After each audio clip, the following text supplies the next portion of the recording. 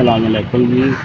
ਮੈਂ ਗਰੀਬ ਬੰਦਾ ਜੀ। ਇਹ ਜਿਹੜੀ ਮੈਨੂੰ ਕਿਸੇ ਲੈ ਦਿੱਤੀ ਹੈ, ਮੈਂ ਉਹਦੀ ਮਜ਼ਦੂਰੀ ਕਰ ਰਿਹਾ ਜੀ ਅਤੇ ਕੋਈ ਗੁਜ਼ਰ ਨਹੀਂ ਹੋ ਰਿਹਾ। ਮਕਾਨ ਕਿਰਾਏ 'ਤੇ ਨਿੱਕੇ ਨਿੱਕੇ ਬੱਚੇ ਨੇ ਮੇਰੇ ਜੀ ਅਤੇ ਕੰਮ ਨਹੀਂ ਚੱਲ ਰਿਹਾ। 200-300 ਰੁਪਏ ਦਿਹਾੜੀ ਹੈ ਜੀ। ਮੇਰਾ ਗੁਜ਼ਰ ਨਹੀਂ ਹੋ ਰਿਹਾ ਹੈ ਜੀ। ਲੱਤ में टुटी मल्ले गलियाँ कबाड़ बालना जी। ਲੱਤ में टुटी बड़ा ਅੱਜ ਕੱਲ੍ਹ ਜੀ ਕਬਾੜ ਵੀ ਨਹੀਂ ਲੱਭ ਰਿਹਾ ਜੀ। ਨਾ ਕਿਰਾਏ ਦਿੱਤੇ ਜਾਂਦੇ ਮਕਾਨ ਕਿਰਾਏ 'ਤੇ ਜੀ, ਨਾ ਬਿੱਲ ਦਿੱਤਾ ਜਾਂਦਾ, ਨਾ ਕਿਰਾਇਆ ਦਿੱਤਾ। ਗਰੀਬ ਬੰਦੇ ਮਜ਼ਦੂਰੀ ਰੋਜ਼ੀ ਵੀ ਨਹੀਂ ਪੂਰੀ ਹੁੰਦੀ ਜੀ। ਸਾਰੇ ਨਿੱਕੇ ਨਿੱਕੇ ਬੱਚੇ ਜੀ। ਸੁਬਾਹ ਦੀ ਖਾ ਲਈ, ਸ਼ਾਮ ਦੀ ਕੋਨੀ, ਸ਼ਾਮ ਖਾ ਲਈ, ਸੁਬਾਹ ਦੀ ਕੋਨੀ ਜੀ। बड़े परेशान है जी।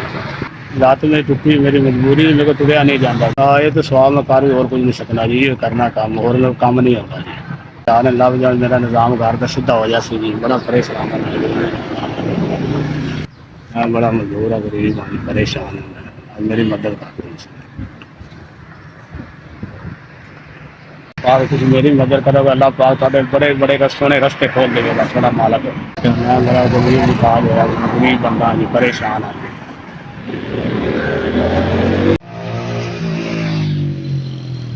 5000 एस साड़ी बड़ी मेहरबानी। 5000 रुपया मेरी इमदाद की है।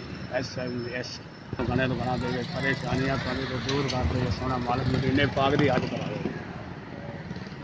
5000 दे दे जी। बड़ी मुश्किल मेरी हल की जी। अल्लाह पाक थानू गने तो गना दे, मदीने पाक हज करा दे सोना। मदीने पाक की ज़ियारत और करा दे। मैंने जी 5000 रुपया दिता है। थोड़ी बड़ी मेहरबानी, थोड़ा एहसान है। मेरे गरीब का रोज़गार टुर गया सी। अल्लाह पाक थानू गने तो गना देवे जी। थोड़े जी इस पूरे टीम की खैर करे अल्लाह पाक सोना तंदुरुस्ती देवे।